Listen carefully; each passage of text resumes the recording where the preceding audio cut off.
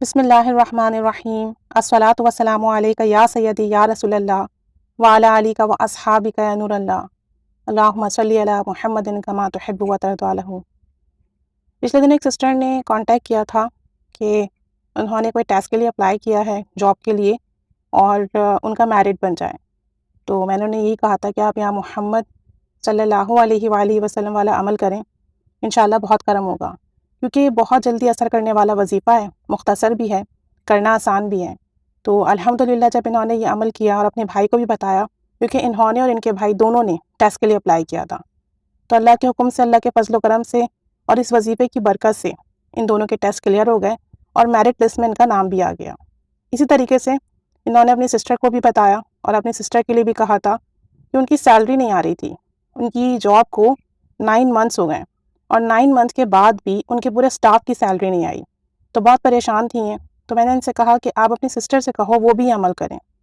تو یہ کہنے لگی اگر میں اپنی سسٹر کے لیے کر لوں، میں نے کہا بے شک آپ بھی کیجئے، لیکن اپنی سسٹر سے کہیے کہ وہ بھی کریں، کیونکہ جتنی تڑپ سے، جتنی محبت سے وہ پڑھیں گی اور مانگیں گی نا، اس طریقے سے میں یا آپ تو نہیں کر سکتے ان کے لیے جتنا وہ اپنے لیے کریں گی، کیونکہ وہ اپنا مسئلہ زیادہ جانتی ہیں۔ تو ان کی سسٹر نے بھی کیا، کم و بیش کچھ دن کیا ہوگا، تو الحمدللہ سیٹرڈے کو ان کی سسٹر کی کال آئی اور کہنے لگی کہ امی ہمارے پورے سٹاف کی سیلری بن گئی ہے اور ہم بہت خوش ہیں، ہماری پورے 9 منتھ کی سیلری بن چکی ہے اور انشاءاللہ تعالی منڈے کو ہمارے اکاؤنٹ میں ٹرانسفر ہو جائے گی۔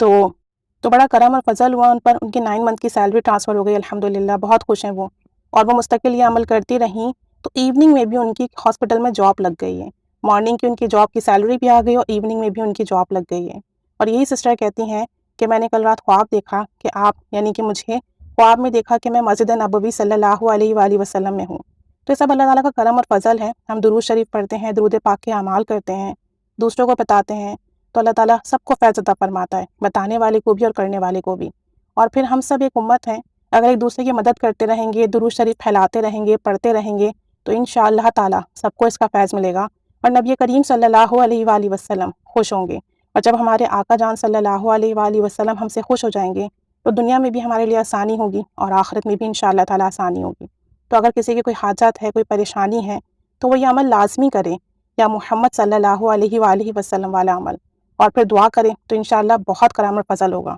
اور جو لوگ کہتے ہیں نا کہ ہم درود شریف پڑھ رہے ہیں ہمیں فیض نہیں مل رہا، تو ایسا ہو نہیں سکتا، تو درود شریف پڑھیں، دل سے پڑھیں، محبت سے پڑھیں، توجہ سے پڑھیں، ضرور کرم اور فضل ہوگا۔ ان کے بھائی کا نام میرٹ لسٹ میں آ سکتا ہے، ان کی بہن کی 9 منتھ کی سیلری ٹرانسفر ہو سکتی ہے، دوسری جاب لگ سکتی ہے، کرم ہو سکتا ہے اتنا زیادہ، تو پھر ہم سب پر کیوں نہیں ہو سکتا؟ سب پر ہوگا انشاءاللہ تعالیٰ۔ کرتے رہیے، مستقل مزاجی سے پڑھیے، تڑپ کر پڑھیے، محبت سے پڑھیے، انشاءاللہ کرم ہوگا۔ اللہ تعالیٰ ہم سب کی جھولیاں بھر دیں، ہماری تمام جائز دعائیں، مراد حاجات پوری کر دیں، ہمارے تمام کام بنا دیں، آمین بجاہ النبی الآمین صلی اللہ علیہ محمد صلی اللہ علیہ وآلہ وسلم۔